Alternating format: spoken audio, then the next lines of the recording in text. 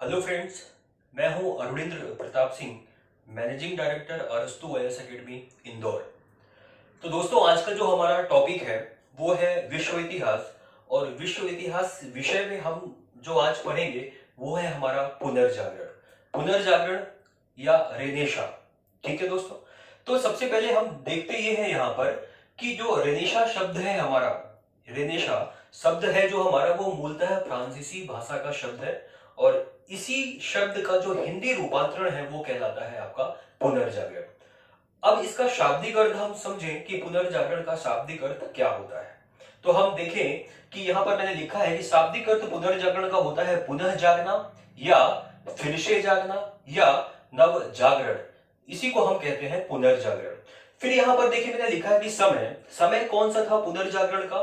पुनर्जागरण का समय होता है 14वीं शताब्दी से लेकर 16वीं शताब्दी तक।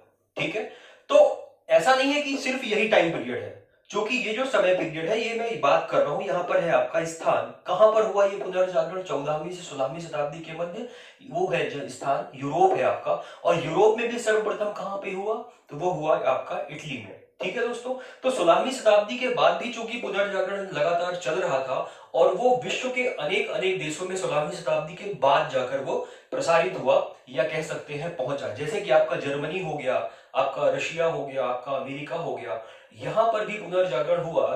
लेकिन वो पुनर्जागरण कब हुआ, 16वीं शताब्दी के बाद। ठीक है, तो ये जो 14वीं से लेकर 16वीं शताब्दी के मध्य पुनर्जागरण हुआ वो हम बात कर रहे हैं यूरोप की। ठीक है दोस्तों, तो अब यहां पर आपसे अब टॉपिक जो हम पढ़ेंगे यहां पर वो है पुनर्जागरण क्या है। ठीक है, तो पुनर्जागरण क्या है ये 3 मार्कर में आपसे मेंस के एग्जामिनेशन में पूछा जाता है कि पुनर्जागरण की परिभाषा दीजिए। तो सिंपल शब्दों में आप पुनर्जागरण को क्या लिख सकते हैं कि 14वीं शताब्दी से लेकर 16वीं शताब्दी के मध्य यूरोप में हुए बौद्धिक और सांस्कृतिक परिवर्तनों को ही पुनर्जागरण कहा गया। ठीक है, अब अनेक अनेक इतिहासकारों ने पुनर्जागरण की परिभाषा अनेक अनेक प्रकार से दी है। जैसे मैं बात करूं वैसारी महोदय की, जो कि एक इटली के विद्वान हैं, वैसारी महोदय ने बोला कि 14वीं से लेकर 16वीं शताब्दी तक यूरोप में स्थापत्य और मूर्ति कला के क्षेत्र में जो परिवर्तन देखने को मिलते हैं वही पुनर्जागरण कहलाए। जबकि फ्रांसीसी विद्वान है अपने दिदरो ने कहा कि 18वीं शताब्दी के उपरांत यूरोप में हमें जो कला और साहित्य के क्षेत्र में जो परिवर्तन दिखलाई पड़े वो क्या कहलाए, आपके पुनर्जागरण।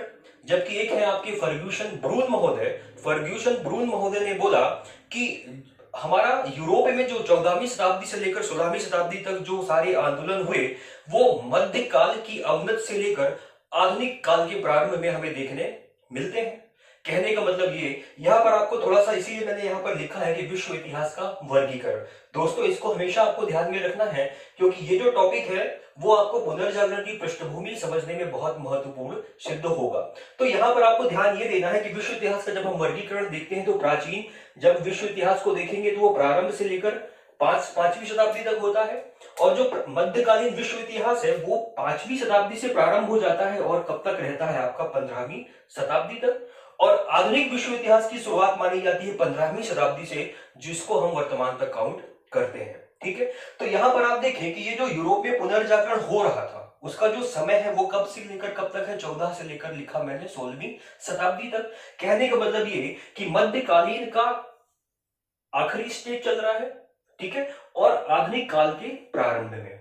तो जब मध्यकाल आपका समाप्त हो रहा है और आधुनिक काल में यूरोप जो है प्रवेश कर रहा है, उसी काल को हमने क्या नाम दिया, पुनर्जागरण। ठीक है, और भी सारी चीजें आपकी स्पष्ट होंगी जब हम पुनर्जागरण की पृष्ठभूमि को देखते हैं। अब हम देखेंगे कि पुनर्जागरण की पृष्ठभूमि क्या कहती है। तो चलिए, अब पुनर्जागरण की पृष्ठभूमि के अंतर्गत सबसे पहले आप ये देखिए, मैंने यहाँ पर यूरोप का मानचित्र बनाया है। उस मानचित्र में यहाँ पर पूरा मैंने आपको शो करवा दिया है।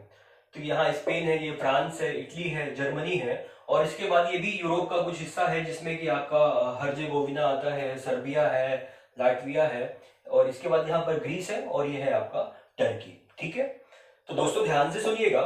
अब चूंकि ये जो पुनर्जागरण की पृष्ठभूमि है, इससे आपको पुनर्जागरण भी समझ में आ जाएगा और पुनर्जागरण के पीछे कौन कौन से कारण जिम्मेदार थे वो कारण भी आपको समझ में आ जाएंगे। ठीक है, तो मैं बात कर रहा हूं अभी ईसा पूर्व पहली शताब्दी की। ईसा पूर्व पहली शताब्दी में यूरोप में एक विश्व प्रसिद्ध साम्राज्य था जिसका नाम था आपका रोमन साम्राज्य।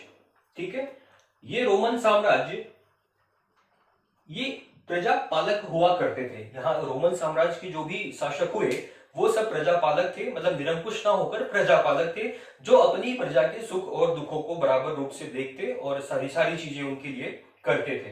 तो एक समय ऐसा आया, लगभग वो समय था तीसरी शताब्दी का।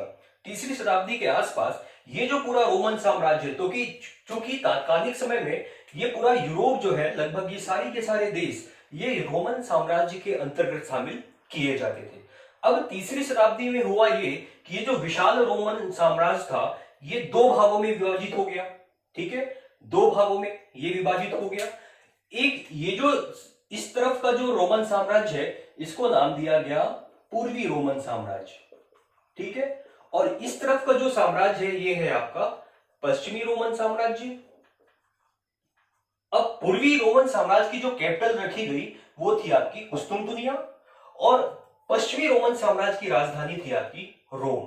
ठीक है दोस्तों, अब हुआ क्या, तीसरी शताब्दी के बाद ये विभाजन होने के बाद जब पांचवी शताब्दी का काल आता है, तो पांचवी शताब्दी के काल तक आते आते चूंकि होता यह है कि जो जर्मनी के जो जनजातीय आक्रमणकारी होते हैं वो इस पश्चिमी रोमन साम्राज्य पर क्या करते रहते हैं, छुटपुट आक्रमण करते रहते हैं। ठीक है, जिससे यहाँ का जो राजा है वो परेशान हो जाता है, साथ ही साथ उसकी जो संसाधन है, चाहे वो आर्थिक हो चाहे वो सैनिक दृष्टि से हो, उस पर उसको वो भारी नुकसान पहुंचता है, क्षति पहुंचती है।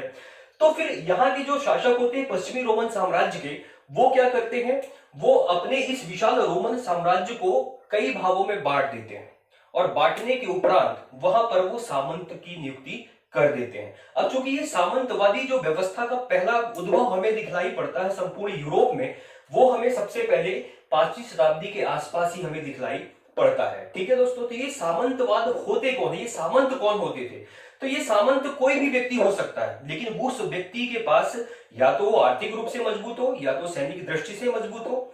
ये तो राजा का कोई आपसी सगा संबंधी भी हो सकता है, या कोई भी व्यक्ति हो सकता है जिसके पास ये संसाधन उस समय पर मौजूद रहे होंगे। ठीक है, तो एक्चुअली में जैसे कि मान लीजिए कि ये कोई बहुत बड़ा भौगोलिक क्षेत्र है, और इस भौगोलिक क्षेत्र का एक ही शासक है जो कि राजा कहलाता था। ठीक है, अब ये राजा इतने बड़े भौगोलिक क्षेत्र का प्रशासन, मतलब सुचारू संचालन नहीं कर पा रहा था। नहीं कर पाने के एवज में उसने क्या किया कि ये जो क्षेत्र है इसको मान लीजिए कि इस भौगोलिक क्षेत्र को चार भागों में बांट दिया, और चार भागों में बांटने के बाद किसी भी स्थानीय शासक को वहां का क्या नियुक्त कर दिया, वो सामंत नियुक्त कर दिया। अब इसकी जिम्मेदारी है कि वो इस क्षेत्र में रह रहे नागरिकों की देखभाल करे, उनसे कर की उगाही करे, साथ ही अगर कभी आक्रमण होता है इस राजा के ऊपर तो ये सामंत जो है इस राजा की सैनिक रूप से मदद भी करे। तो इस प्रकार से उस पांचवी शताब्दी के काल में उस यूरोप में जो है सामंतवाद का उदय हुआ, और धीरे धीरे यही सामंतवाद उस संपूर्ण यूरोप में सभी गतिविधियों पर उसने अपना वर्चस्व स्थापित कर लिया। अब एक तो आपका सामंतवाद है और दूसरी तरफ चल रहा है आपका धर्म। वहां पर धर्म इतना ज्यादा प्रबल था उस समय पर कि कोई भी व्यक्ति, क्योंकि जब तक बात हो रही थी रोमन साम्राज्य की, तो रोमन साम्राज्य के में जो नागरिक थे उनको सभी प्रकार के अधिकार प्राप्त होते थे, चाहे वो आर्थिक हो, चाहे वो सामाजिक हो, चाहे वो धार्मिक हो। उस समय पर कोई भी व्यक्ति किसी भी प्रकार की का पूजा पाठ, साहित्य का पठन पाठन कर सकता था। लेकिन जब ये सामंतवाद प्रभावी हुआ और सामंतवाद और धर्म जब ये आपस में दोनों मिल गए, तो उस काल में चूंकि लोगों को किसी भी प्रकार का अधिकार जो है प्राप्त नहीं हो पा रहा था। अब हुआ क्या कि जब ये सामंतवाद प्रभावी हो गए, तो जो यूरोप के जो पूंजीपति वर्ग थे, उन पूंजीपति वर्गों से इन्हीं सामंतवादियों का क्या चलने लगा, आपस में संघर्ष चलने लगा, जिससे कि व्यापार के भी क्षेत्र में काफी हानि हुई। अब धर्म जो है, धर्म कहता है कि आपको शिक्षा ग्रहण नहीं करना है, मतलब कि आपको आध्यात्मिक शिक्षा ही ग्रहण करनी पड़ेगी, और शिक्षा देने का काम भी कौन करेगा, या तो कोई ना कोई धार्मिक संस्था ही करेगी। अब उस समय पर चर्च हुआ करते थे, पोप हुआ करते थे, तो वही आपको क्या करेंगे, शिक्षा देंगे। अब वो शिक्षा देंगे तो किस विषय की देंगे, आध्यात्मिक शिक्षा ही देंगे, लौकिक शिक्षा पर बल नहीं दिया गया। लेकिन ये सारी जो चीजें चली, उन्हीं चीजों को हम जो है अंधकार युग के नाम से यूरोप में जानते हैं। लेकिन फिर कुछ ऐसा हुआ कुछ ऐसा हुआ कि जिससे कि ये संपूर्ण यूरोप जो है उस अंधकार में युग से निकलकर और वो मानववाद, तार्किकवाद या बौद्धिक चिंतन और भौतिकतावाद इन सब की ओर अग्रसर हुआ। इसीलिए कहा जाता है कि 14वीं शताब्दी से लेकर 16वीं शताब्दी के मध्य जब संपूर्ण यूरोप मध्यकाल के अंधकार में युग से निकलकर आधुनिक काल के प्रकाशमान युग की ओर अग्रसर हुआ, उसी टाइम पीरियड को हम पुनर्जागरण के नाम से जानते हैं। ठीक है दोस्तों, तो अब हम ये देखते हैं कि ये जो पुनर्जागरण हुआ या पुनर्जागरण जो संभव हुआ, उस पुनर्जागरण को संभव बनाने के पीछे कौन कौन से कारण जिम्मेदार माने जाते हैं। तो आइए अब देखते हैं हम कि ये जो पुनर्जागरण था, पुनर्जागरण को किन किन कारणों ने असंभावी बना दिया था। तो पहला कारण हम देखते हैं कि यहाँ पर लिखा हुआ है धर्म युद्ध। धर्म युद्ध को हम क्रूसेड के नाम से भी जानते हैं। क्रूसेड, एक्चुअली ये क्रूसेड शब्द आया कैसे कि जो यूरोप से जो सैनिक गए थे इस धर्म युद्ध को लड़ने के लिए, वो अपनी वर्दी में वो लाल कलर का एक क्रॉस लगाते थे, जो कि क्रॉस जो है आपको पता है वो ईसाइयों का एक प्रतीक चिन्ह है, धार्मिक चिन्ह है। तो उसी को हम क्रूसेड नाम दिया गया और इसी से पड़ा इसका ये धर्म युद्ध का नाम। अब ये धर्म युद्ध था क्या, तो सबसे पहले देखेंगे कि ये जो धर्म युद्ध है ये 11वीं से लेकर 11वीं से लेकर 13वीं शताब्दी के मध्य लड़ा गया, पहली बात। और दूसरी बात है कि ये किन लोगों के मध्य लड़ा गया, तो ये लड़ा गया आपके एक तो जो यूरोप का ईसाई धर्म था और जो आपका इस्लाम जगत था, इस्लाम जगत के तुर्कों के मध्य। तो ईसाइयों और तुर्कों के मध्य 11वीं शताब्दी से लेकर 13वीं शताब्दी तक ईसाइयों के जो धार्मिक स्थान है जेरूसलम को लेकर लड़े गए युद्ध को ही धर्म युद्ध की संज्ञा दी गई। ठीक है, अब आपको देखना यह है कि ये धर्म युद्ध कैसे कारण बना पुनर्जागरण का। अब एक्चुअली अब आप थोड़ा सा अपने दिमाग में विश्व के मानचित्र को ध्यान दें, उसके बाद अरब प्रायद्वीप को ध्यान दें जहां पर टर्की है। तो जब यूरोप के सैनिक जाते हैं टर्की युद्ध लड़ने के लिए, तो जब वहां वो पहुंचते हैं, तो पहुंचने के बाद जब वो, चूंकि ये युद्ध ऐसा नहीं है कि 2-4 दिन का युद्ध था, हमने देखा ये युद्ध लगभग 200 वर्षों तक चला और एक ही युद्ध नहीं लड़े गए, ये युद्ध लगभग 8 बार लड़े गए, 8 धर्म युद्ध लड़े गए और संभवतः सभी 8 धर्म युद्धों में ईसाइयों की क्या हुई, यूरोप जगत की हार हो जाती है। अब चूंकि ये जो सैनिक जाते हैं वो पोप का आशीर्वाद लेकर के जाते हैं कि जाइए और आप युद्ध में विजित हो, लेकिन 8 बार ये क्या है, पराजित होकर के चले आते हैं। तो यहां पर आप देखिएगा कि जब आपको कोई आशीर्वाद दे और वो काम नहीं बने आपका, तो निश्चित रूप से आप थोड़ा सा तो शंका व्यक्त करेंगे अपनी। तो यहां पर भी यही हुआ कि जब वो सैनिक हारे और हारने के बाद उन्होंने जो है पोप पर, अपने धर्म पर जो है तो प्रश्न चिन्ह लगा दिया। और दूसरा रीजन यहाँ पर यह है कि जब यही यूरोप वासी जाते हैं टर्की, तो वहां पर देखते हैं कि ये जो टर्की सैनिक हैं ये हमसे ज्यादा आगे हैं, मतलब चाहे वो विचारधारा को लेकर हो, चाहे उनकी भोग विलासता को लेकर है। तो जब ये सैनिक युद्ध से लड़कर वापस आते हैं तो इनके अंदर भी जो है आत्मचिंतन का भाव जागृत होता है और यही आत्मचिंतन का भाव जो है धीरे धीरे पुनर्जागरण का एक कारण के रूप में हमें दिखलाई पड़ता है। ठीक है, अब दूसरा यहाँ पर कारण मैंने लिखा कि तुर्कों का कुस्तुनतुनिया पर अधिकार। अब मैंने आपको कुस्तुनतुनिया दिखाया कि कहां पर था, वो पूर्वी यूरोप की कैपिटल थी टर्की के आसपास कुस्तुनतुनिया। तो वहां पर लगभग 1453 ईस्वी के आसपास कुस्तुनतुनिया पर बर्बर तुर्कों का क्या हो जाता है, अधिकार हो जाता है। और जब अधिकार हो जाता है तो चूंकि ये भी कुस्तुनतुनिया जो थी वो रोमन साम्राज्य की कैपिटल हुआ करती थी, तो वहां पर जितने भी विद्वान निवास करते थे, तुर्कों के अधिकार हो जाने के बाद वो सारे के सारे विद्वान कहां चले गए, वो यूरोप चले गए और यूरोप के अनेक नगरों में वो जाकर बस गए। और जो इटली एक ऐसा जगह था जहां पर लगभग बहुत सारे विद्वान जो है वहां पर जाकर निवास करने लगे। और जब ये जो विद्वान थे जो कि कुस्तुनतुनिया से गए थे यूरोप में, ये अपनी विद्वता का प्रचार प्रसार संपूर्ण यूरोप में करने लगे। तो जो यूरोप के पहले से वहां जो विद्वान रह रहे थे वो इनकी विद्वता को देखकर भी काफी प्रभावित हुए और प्रभावित होने के क्रम में जो है तो उनमें आत्मचिंतन का बोध जागा कि भाई वाकई में हमें भी वैसा होना चाहिए जैसे अरब जगत के लोग हैं। और धीरे धीरे जो है तो इन्हीं विद्वानों के कारण जो है ये पुनर्जागरण जो है संभव हो पाया। ठीक है, अब तीसरा रीजन है कि नगरों का विकास।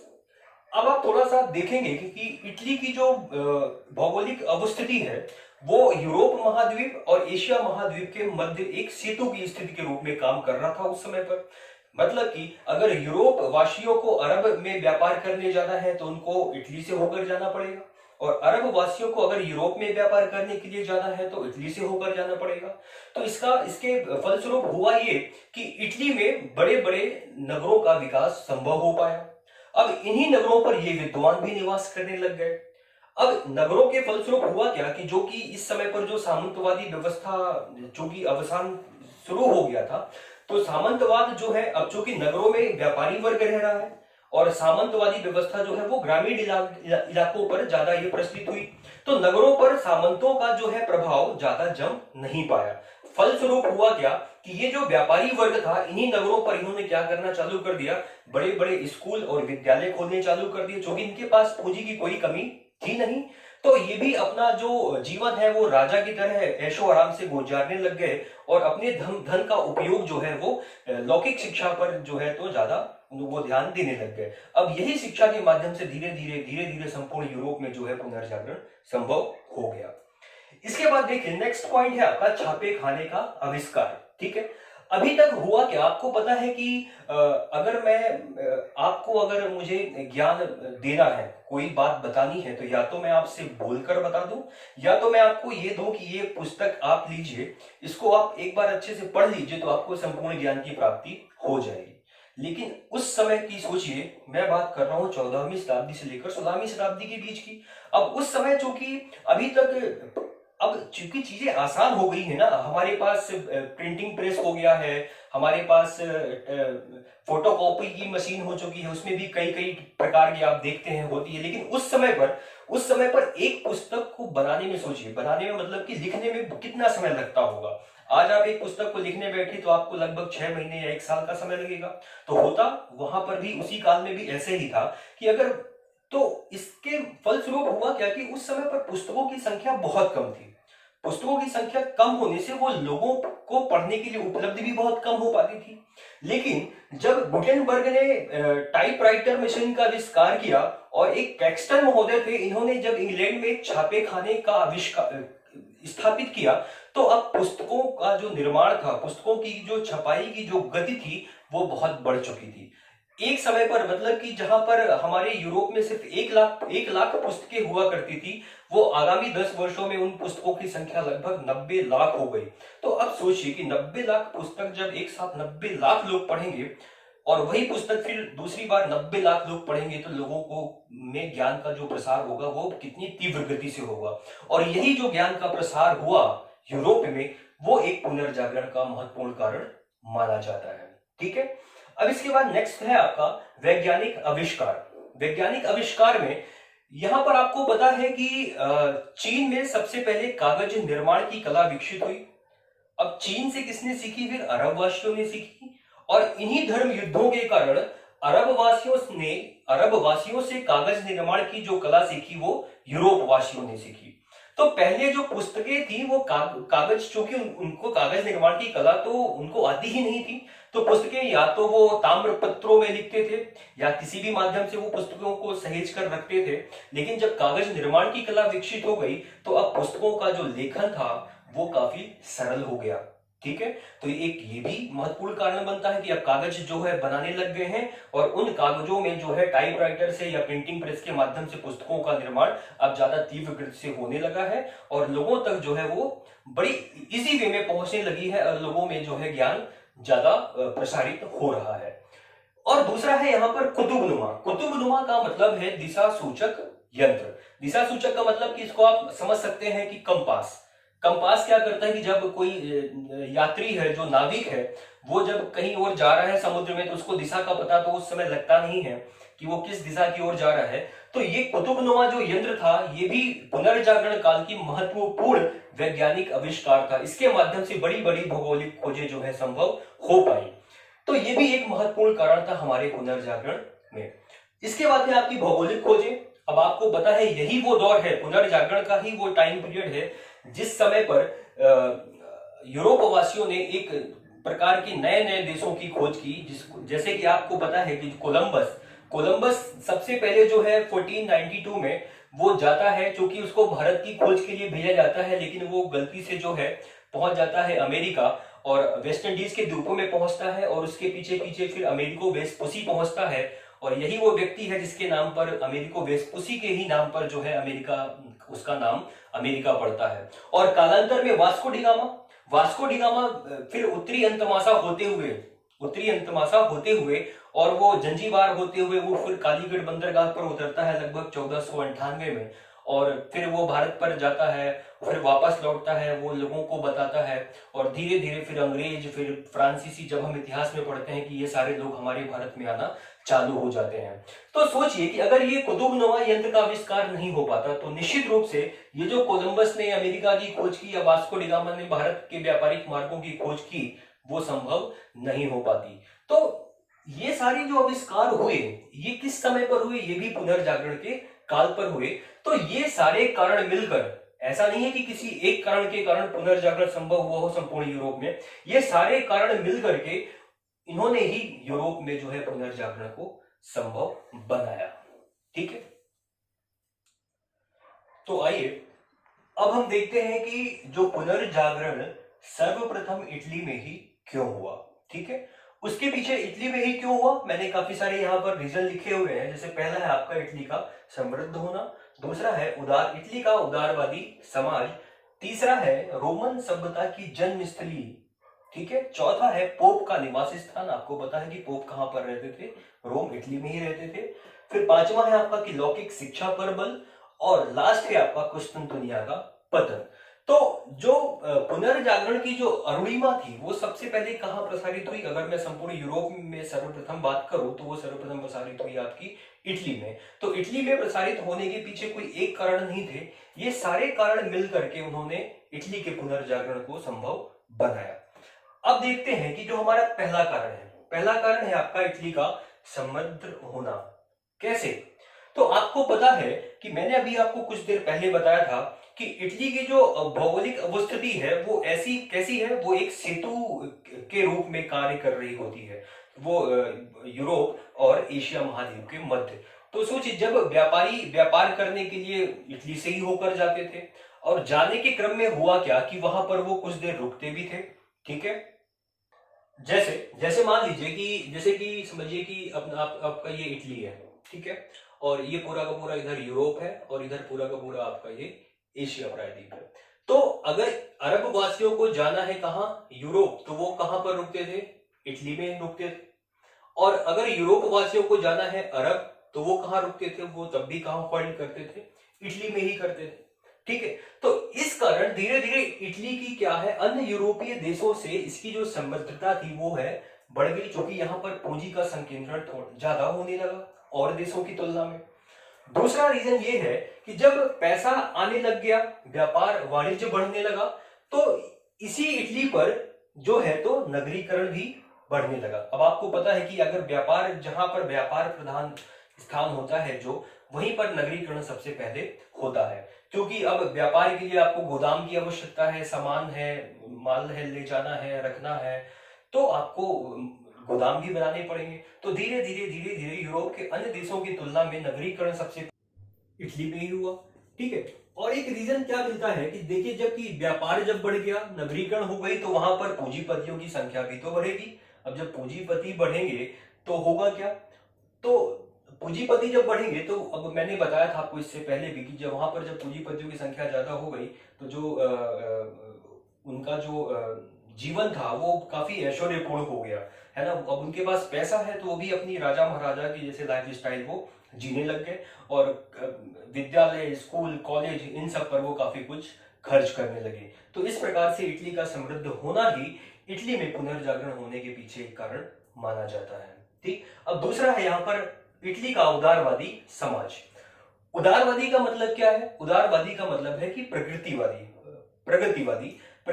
मतलब कि ये, जैसे कि मान लीजिए कि मैं एक व्यक्ति हूं, ठीक है, और मैं अगर किसी चीज को मैं देख रहा हूं कि वो सही है और उसको मैं अपना लूं, और अपनाने के बाद ही क्या है मतलब में कि मैं उदारवादी हूं, मैं प्रकृतिवादी हूं। अगर वो बात मुझे अच्छी लग रही है, भले ही वो मेरे सिद्धांतों के विपरीत भले ही क्यों ना हो, लेकिन अगर वो बात सही है, वो तर्क आधारित है, तो मैं उसको क्या है अपना लूं, तो मैं कैसा व्यक्ति कहलाऊंगा, उदारवादी। तो सेम यही कंडीशन थी इटली के समाज की।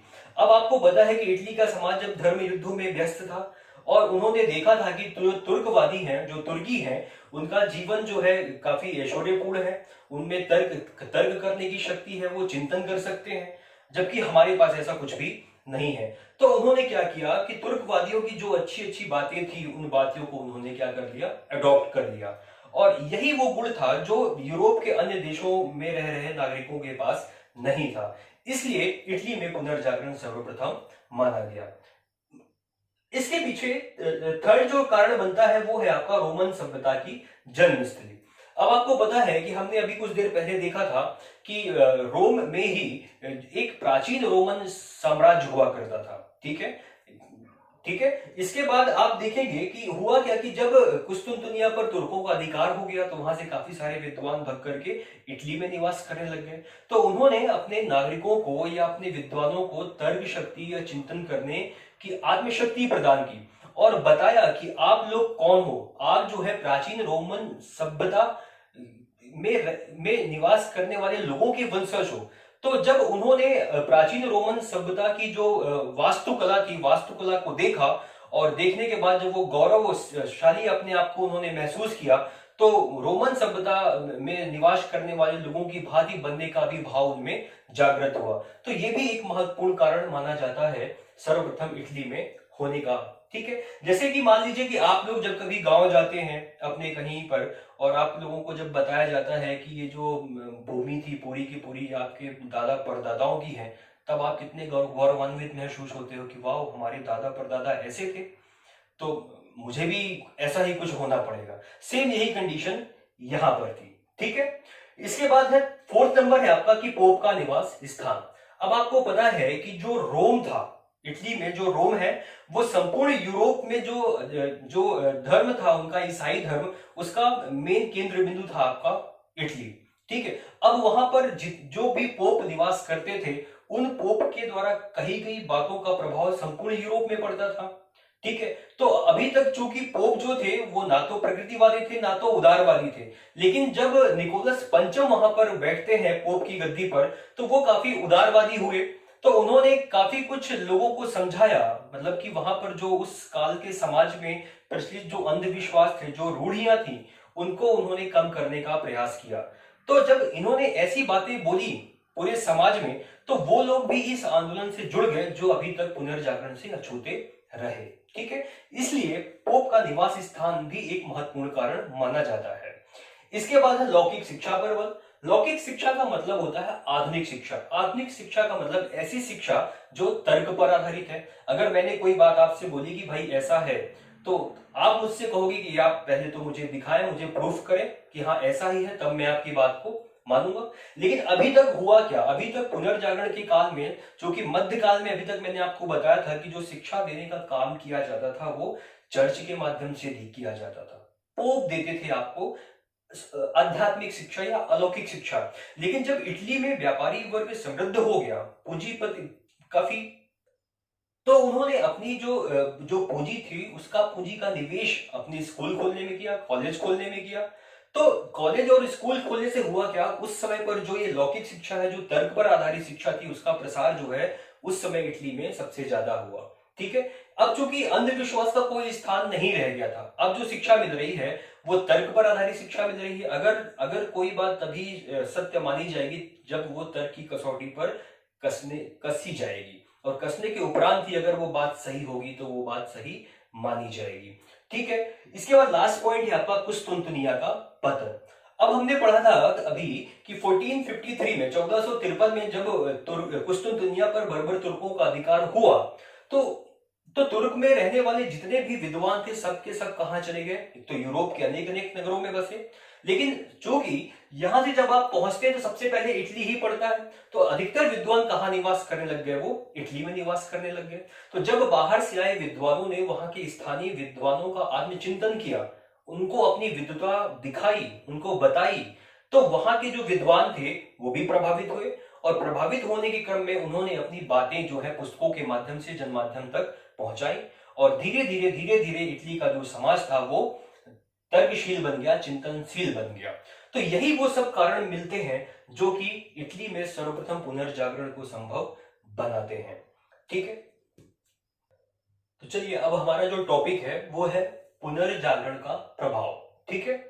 तो आपको समझना ये है कि ये जो मैंने क्षेत्र लिखे हैं कि साहित्य के क्षेत्र में, चित्रकला के क्षेत्र में, स्थापत्य के क्षेत्र में, संगीत के क्षेत्र में या विज्ञान के क्षेत्र में, तो हमें यहाँ पर देखना ये है कि इन सभी क्षेत्रों में पुनर्जागरण से पहले, मतलब कि 14वीं शताब्दी के पहले क्या चल रहा होता है संपूर्ण यूरोप में, और जब पुनर्जागरण चल रहा है 14वीं से लेकर 16वीं शताब्दी के मध्य, तब इन सभी क्षेत्रों में कौन कौन सी प्रकृति होती है।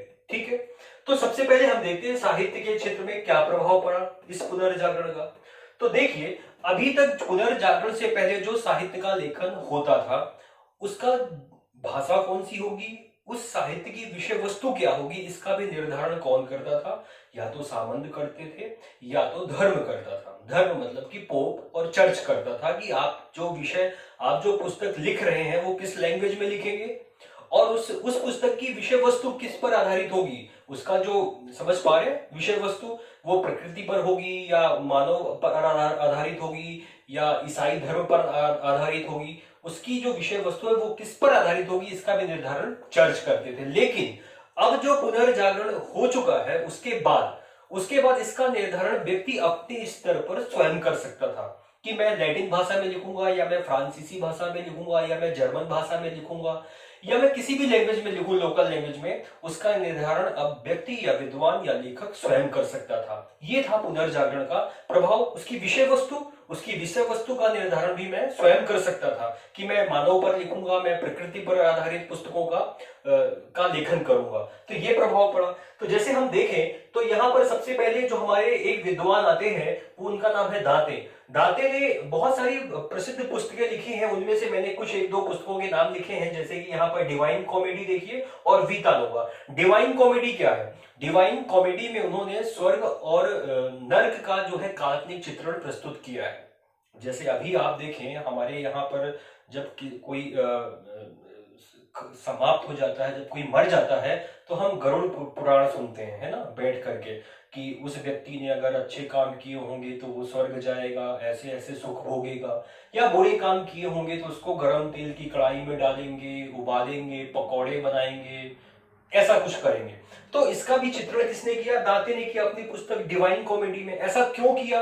ताकि लोग जो है धर्म के प्रभाव में ना आकर और स्वतंत्र चिंतन से जो है अच्छे अच्छे काम करें। इसके बाद उन्होंने लिखा वीता नोवा। वीता नोवा में भी उन्होंने एक स्त्री का सुंदर चित्रण प्रस्तुत किया, और स्त्री का सुंदर चित्रण प्रस्तुत करना ही अपने आप में उस काल में बहुत बड़ी बात थी, क्योंकि अपनी एक ऐसी पुस्तक लिखना जिसके इर्द गिर्द जो आपने स्टोरी बनाई है वो एक स्त्री के ऊपर हो, ये उस काल में संभव नहीं हो पाती थी। लेकिन पुनर्जागरण हुआ, पुनर्जागरण काल में यह चीज संभव हो पाई। इसके बाद मैंने लिखा यहाँ पर पेट्रार्क। पेट्रार्क को मानववाद का जनक कहा जाता है, क्योंकि पेट्रार्क ही वो पहले व्यक्ति हैं जिन्होंने अपनी कविताओं के माध्यम से, अपनी कविताओं में मानव और प्रकृति का, इन दोनों का मिश्रण करके इनका सुंदर चित्रण जो है प्रस्तुत किया था। तो याद रखना है आपको कि मानववाद का जनक कौन? मानववाद का जनक कहा जाता है पेट्रार्क को। और यहीं पर अगर मैं बताऊं कि मानववाद क्या है, अगर 3 नंबर में आपका क्वेश्चन बन जाए कि मानववाद क्या है, तो मानववाद एक ऐसी स्थिति है जब कोई व्यक्ति किसी दूसरे व्यक्ति के सुखों को, उसके दुखों को समझता है, अगर वह व्यक्ति कष्ट है तो उसके कष्ट को दूर करने का जब प्रयास करता है, तो यही थ्योरी क्या कहलाती है? आपकी मानववाद। ठीक है। इसके बाद लिखा है, ये ब्रिटेन के एक प्रसिद्ध लेखक थे, ठीक है, शेक्सपियर ने बहुत सारी पुस्तकें लिखी, जैसे हैमलेट है, मैकबेथ है, रोमियो जूलियट है, मर्चेंट ऑफ वीनस है। ठीक है। इनकी जो, ये एक अंग्रेजी साहित्यकार थे, इनकी जो पुस्तकें हैं, इनकी पुस्तकों का एक जो मार्मिक सार होता है वो दुखांत और सुखांत होता है। दुखांत सुखांत का मतलब है कि इनकी जो स्टोरी, ये जो कहानी लिखते हैं, वो पहले बड़ी ही मार्मिक होती है, आपको करुणा से भर देगी, लेकिन जब अंत में आप पहुंचते हैं तो आपको जो इसका अंत होता है उस स्टोरी का, वो बहुत ही सुखद होता है। इसीलिए आपने देखा होगा कि भारत का शेक्सपियर कहा जाता है किसको? कालिदास को, क्योंकि कालिदास और शेक्सपियर में यही समानता है कि इनकी जो कविताएं हैं, जो स्टोरी हैं, उनमें हमें दुखांत और सुखांत का अनुभव होता है। इसके बाद देखिए, ये तो था बात साहित्य के क्षेत्र में क्या क्या प्रभाव पड़ा। तो आपको अपने आंसर में सिर्फ अगर इतना लिख देंगे कि भाषा को देखना है और विषय वस्तु को, कि पहले भाषा और विषय वस्तु का चयन धर्म करता था, जबकि पुनर्जागरण के बाद अब व्यक्ति अपने स्तर पर करने लगा है। दूसरा जो है चित्रकला के क्षेत्र में, चित्रकला के क्षेत्र में अभी तक जो है, अभी तक बेजेंटाइन शैली का प्रयोग किया जाता था। बेजेंटाइन शैली मतलब एक ऐसी शैली, चित्रकला की एक ऐसी शैली होती थी जिसमें सिर्फ आप धार्मिक विषयों से संबंधित चित्र को बना सकते थे। लेकिन जियोटो एक ऐसे पहले व्यक्ति थे पुनर्जागरण काल में जिन्होंने बेजेंटाइन शैली से हट करके चित्र बनाया। इसीलिए जियोटो को पुनर्जागरण काल का चित्रकला का पिता कहा जाता है। ठीक है। इसके बाद है लियोनार्डो दा विंची, ये बहुत मोस्ट इंपॉर्टेंट है, ये 3 नंबर में पूछे जाते हैं। माइकल एंजेलो है, राफेल है, ये तीनों 3 मार्कर के क्वेश्चन बनते हैं। ठीक है। लियोनार्डो दा विंची की बहुत सारी उन्होंने चित्र बनाया है, जैसे कि ओथेलो हो गया, लास्ट सपर हो गया, मोनालिसा हो गया, ये बहुत उनकी विश्व प्रसिद्ध चित्र हैं। ठीक है। इनके बारे में आपसे इन चित्रों के बारे में जो उनकी पेंटिंग्स के जो नाम है, इन नामों को भी आपको बड़े 3 मार्कर में रेडी करना है, क्योंकि ये भी आपसे पूछे जाते हैं। ठीक है।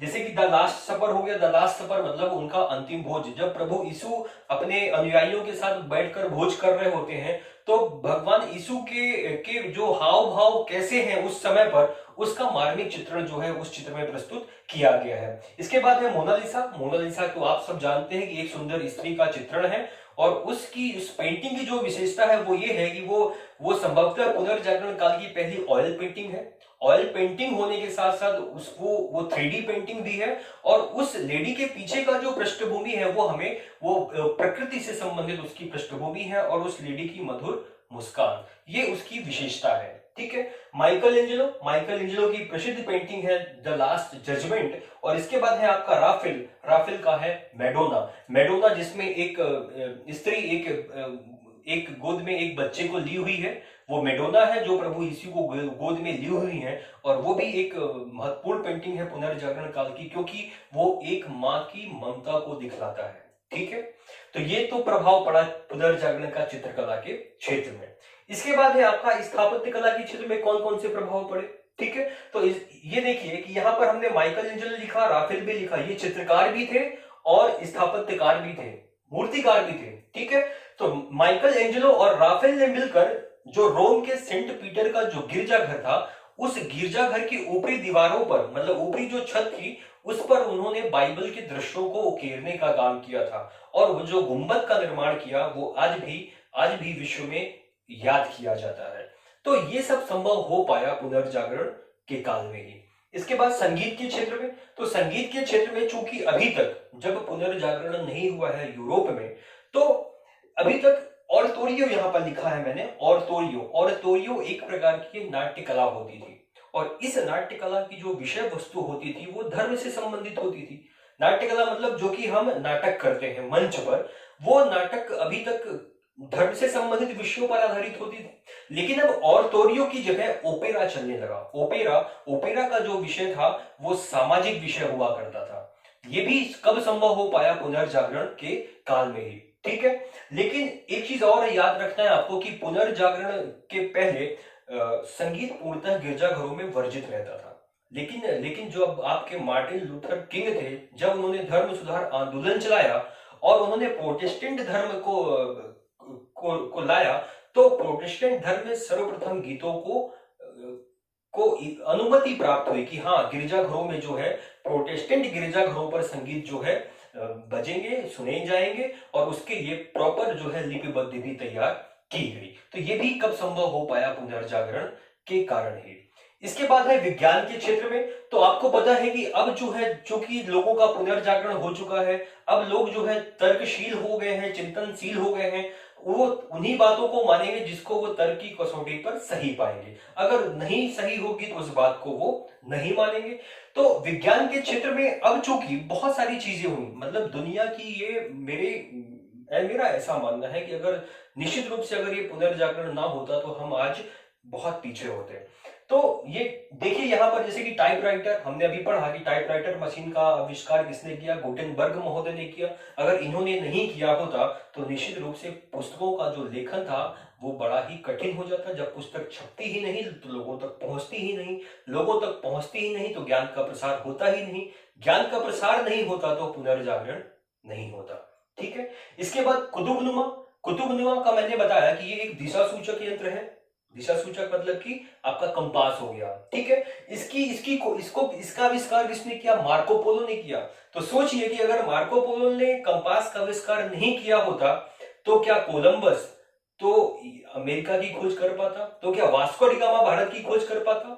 नहीं कर पाते। तो ये अपने आप में एक अभूतपूर्व आविष्कार है जो पुनर्जागरण के काल में हुए।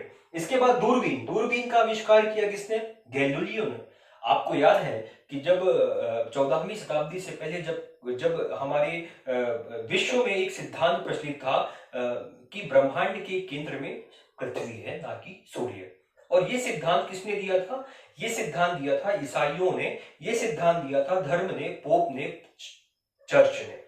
ठीक है कि ब्रह्मांड के केंद्र में पृथ्वी है और सभी ग्रह किसके चक्कर लगाते हैं? पृथ्वी के।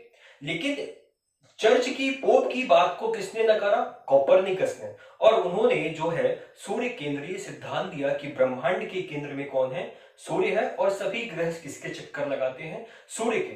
तो सोचिए कि उस समय पर धर्म का प्रभाव कितना था कि उन्होंने जब धर्म की बात को नकारा कि नहीं आप जो कह रहे हैं आपका सिद्धांत जो है वो गलत है, तो उनको फांसी पर लटका दिया गया। इतना प्रभाव था धर्म का उस समय पर। लेकिन इसी बात को आगे चलकर गैलीलियो ने अपनी दूरबीन की मदद से क्या है, इस सिद्धांत को, कोपरनिकस के सिद्धांत को प्रमाणित किया कि नहीं वास्तव में ब्रह्मांड के केंद्र में कौन है? सूर्य है ना कि पृथ्वी। इसके बाद देखिए मैंने लिखा रक्त परिसंचरण तंत्र। ठीक है। रक्त परिसंचरण तंत्र की जो खोज की थी, का जो आविष्कार किया था कि रक्त जो है हमारे शरीर में हृदय से फिर धमनियों के माध्यम से, रक्त वाहिकाओं के माध्यम से पूरे शरीर पे पहुंचता है, ये हमें सबसे पहले किसने बताया था? विलियम हार्वे महोदय ने। और ये कब बताया था? ये भी पुनर्जागरण काल में ही बताया था। इसके बाद एक है महोदय पेसेडियम महोदय। पेसेडियम महोदय, इन्हें शल्य चिकित्सा का जनक माना जाता है। इनकी एक पुस्तक है मानव शरीर की बनावट। मानव शरीर की बनावट में उन्होंने कई प्रकार के शल्य, शल्य मतलब होता है ऑपरेशन, कि आप कैसे कैसे ऑपरेशन कर सकते हैं। तो पेसिडियम महोदय ने अपनी पुस्तक मानव शरीर की बनावट में शल्य चिकित्सा के बारे में बताया और ये भी पुनर्जागरण काल की महत्वपूर्ण वैज्ञानिक खोज रही है। ठीक है। तो इस प्रकार से ये जो पूरा पुनर्जागरण का प्रभाव है, ये तो एक ही पूरा फुल टाइप का क्वेश्चन बन सकता है 15 मार्क का आपके एग्जाम में। या तो पूछ सकता है कि चित्रकला के क्षेत्र में पुनर्जागरण काल में क्या प्रभाव पड़ा, समझाइए। ये 6 मार्कर में पूछ सकता है। संगीत साहित्य के क्षेत्र में पुनर्जागरण का क्या प्रभाव पड़ा, 6 मार्कर में पूछ सकता है। अभी कुछ 2018 के मेंस में पूछा था कि चित्रकला के क्षेत्र में माइकल एंजेलो के योगदान को बताइए। ठीक है। चित्रकला के क्षेत्र में लियोनार्डो दा विंची के योगदान को बताइए, ये पूछा जा सकता है। तो आपको अपना आंसर जो है तो 100 शब्दों में, क्योंकि अभी इसके बाद तो हमें विश्व इतिहास को पढ़ना नहीं है, तो एक बार पढ़ना है, अच्छे से पढ़ लीजिए ताकि आप जो है अपना आंसर राइटिंग बड़े अच्छे से एग्जाम में लिख पाए। तो एक चीज अगर आप अपने दिमाग में फ्रेमिंग करके सारी चीजों को रख लेंगे तो निश्चित रूप से आपको लिखने में या समझने में कोई दिक्कत नहीं होगी। ठीक है दोस्तों, तो ये तो था हमारा पुनर्जागरण का प्रभाव। अब हम देखते हैं जो हमारा लास्ट टॉपिक बचा हुआ है, पुनर्जागरण की विशेषता।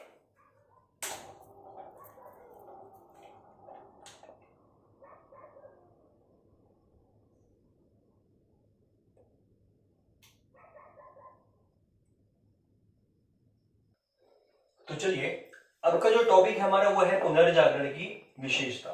लेकिन एक चीज ध्यान में रखना है आपको कि अभी हमने जो टॉपिक पढ़ा पुनर्जागरण का प्रभाव और पुनर्जागरण की विशेषता, ये लगभग दोनों टॉपिक सेम है, कुछ चीजें आपको सेम मिलेंगी वहां पर। अब बात क्या है एक्चुअली, जब किसी घटना का जब प्रभाव पूछा जाता है तो उस घटना की वो बाद की स्थिति होती है कि इस घटना का क्या क्या प्रभाव पड़ा, तो उसका आपको परिणाम या प्रभाव लगभग सेम होता है। ठीक है। लेकिन विशेषता जो होती है वो उस घटना जब तक वो घटित होती है उस दौरान कौन कौन सी विशेषताएं हैं उसकी, वो आपको बताना पड़ता है। ठीक। तो पुनर्जागरण की विशेषता मतलब कि अब सोचिए आपकी 14वीं से लेकर 16वीं शताब्दी तक जो घटनाएं घटित हुई वही पुनर्जागरण की विशेषता कहलाए। अब पहली विशेषता ये है कि स्वतंत्र चिंतन को प्रोत्साहन। अब आप थोड़ा सा अब आपको विभेद करना है पुनर्जागरण के पहले और पुनर्जागरण के बाद, मतलब कि 14वीं शताब्दी से पहले, 14वीं शताब्दी के बाद। 14वीं शताब्दी से पहले मतलब कि मध्यकाल में यूरोप में क्या हो रहा था? मध्यकाल के यूरोप में जो व्यक्ति के स्वतंत्र चिंतन पर जो है तो वो धर्म का कठोर प्रतिबंध था। मतलब व्यक्ति अपनी इच्छा से ना तो कुछ सोच सकता, ना तो कुछ काम कर सकता। आपको वही काम करना है, वही सोचना है जो आपको चर्च बोलेगा, जो आपको धर्म बोलेगा। लेकिन जब व्यक्ति पुनर्जागरण हुआ यूरोप में, तो अब व्यक्ति जो है आत्मचिंतन करने लगा। मतलब उसको क्या करना है, कैसे करना है, अब वो खुद से सोचने लग गया। ठीक है, ये एक महत्वपूर्ण विशेषता मानी जाती है पुनर्जागरण की। अब दूसरी विशेषता क्या है कि मानववाद का विकास, ये भी पुनर्जागरण काल की महत्वपूर्ण विशेषता मानी जाती है। अभी क्या होता था कि मध्यकाल में, मध्यकालीन यूरोप में धर्म का कहना था कि मनुष्य का जन्म लेना ही सबसे बड़ा पाप है ना। आपने जन्म लिया है तो दुख आपको मिलेंगे ही मिलेंगे। इसलिए करना क्या है, आपको परलोक सुधारने के लिए जो है पूजा पाठ हवन ये सारी चीजें करनी पड़ेंगी आपको। अब आपको पता है कि उसी काल में चर्च के द्वारा जो है तो टिकट मिलते थे, है ना। जैसे यहाँ मूवी देखने के टिकट लेते हैं तो वहां स्वर्ग जाने के वो टिकट देते थे आपको कि आप कुछ काम धंधा नहीं करें, आप तो बस ये टिकट खरीद लें और मरने के बाद आपको सीधे स्वर्ग की प्राप्ति होगी। लेकिन जब पुनर्जागरण हुआ तो लोग जो है धर्म की, चर्च की, पोप की इन बातों को तर्क की कसौटी पर वो कसने लगे।